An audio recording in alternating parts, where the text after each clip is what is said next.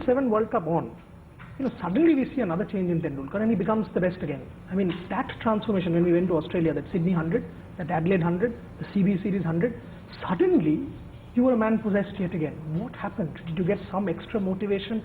You started mentoring the side? Something happened, maybe not consciously, but what happened? I don't know. I mean, before going to West Indies for the World Cup, I had scored 100 in India also. Yeah. I became, I think, fan of the series, if I'm not mistaken. I don't know. I think I became fan of the series before. So it was there, but you know, I don't know. I mean, it just happened. I don't think like that. I always go out thinking that I'm going to score runs and I'm going to win a match for India. I always think like that. So as far as my thought process is concerned, I didn't change anything. But batting in one-day cricket over the last 2 years, you've been absolutely fantastic. I mean, incredible if you think through your 20 years. I would say the last 2 years have been extra special. Think about it. I mean, but at the same time, playing in Australia, perhaps you're the only guy who, when he steps out, I watched you at Lords, I watched you at Sydney, Australia, West Indies, everywhere. Only player who gets a standing ovation. Incredible, isn't it? Well, that's what happened on the last Australian tour. Whenever I walked into bat, I got standing ovation, and I was asked by so many guys, how does it feel? I said, I had to say jokingly, maybe they think that it's my last tour. So maybe because of that I'm getting this, but it feels nice, it feels special, and I'll always remember this because it always made me feel special. And Australians love cricket, they love sport, and when you go there and you do well and it's been appreciated and you get standing ovation, you're walking into bat, I'm humbled by that. Sachin, I must ask you this, 163 this year in ODI cricket, not out, 175 in that heart-wrenching 3-run defeat in Hyderabad. The body has held up, so can we now say you are playing the 2011 World Cup? Yeah, the touch with the body has held up quite nicely, and of course I'll be playing 2011 World Cup. So that little piece of silverware at the Wankhede held aloft would be the ultimate finale, the romantic climax? Yeah, by God's grace we should be able to achieve what we all want to achieve, so hopefully. Anything that you would have done differently in the last 20 years for Indian cricket? As I said earlier in the interview, from effort point of view, I've given 100%.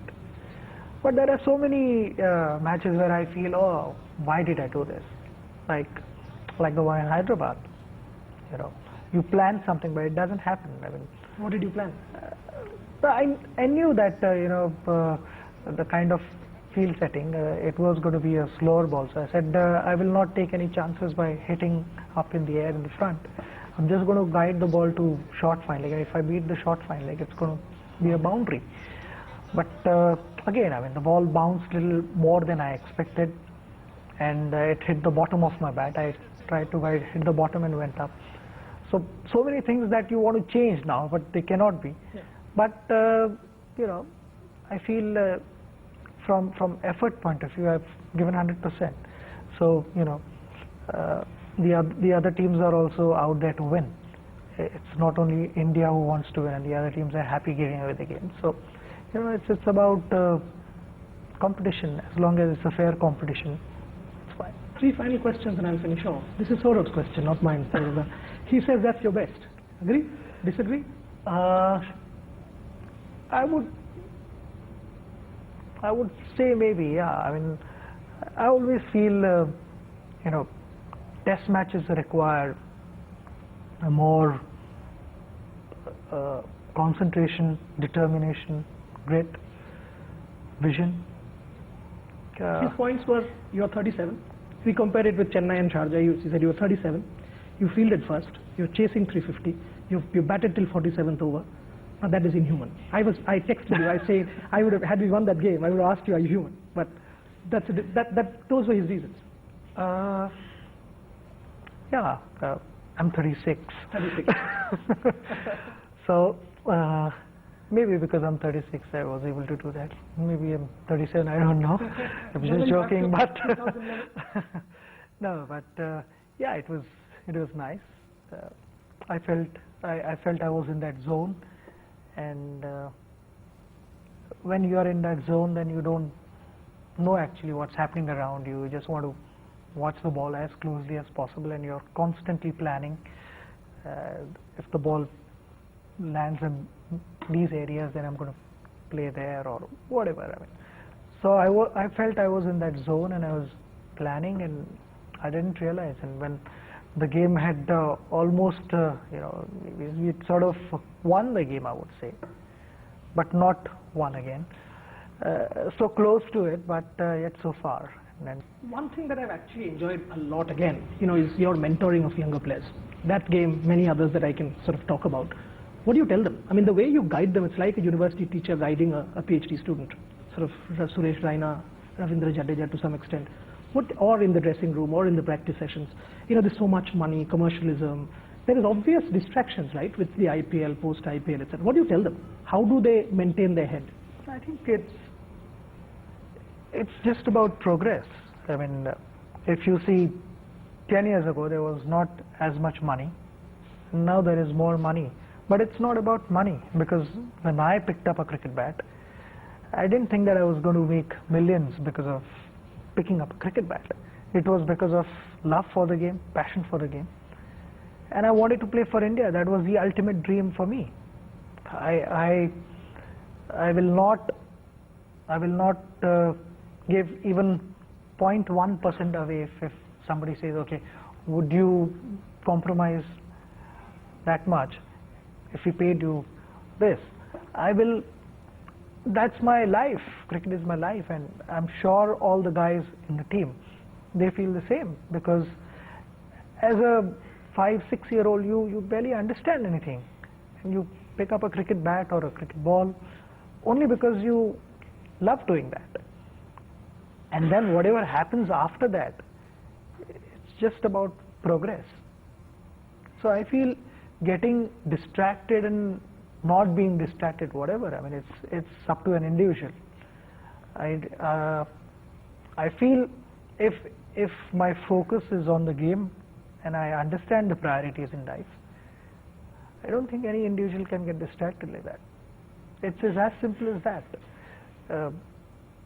I would worry about how to score more runs than how to make more money. 20 years and still counting, how would you want to be remembered? Obviously as the greatest ever, as far as I know, who's played the game for India and perhaps the world, because I keep comparing with Sir Donald. But at that point in time, the number of test matches, gaps, and with you, T20, ODIs, the cramped calendar, you would have played 50 years had you been born at that time.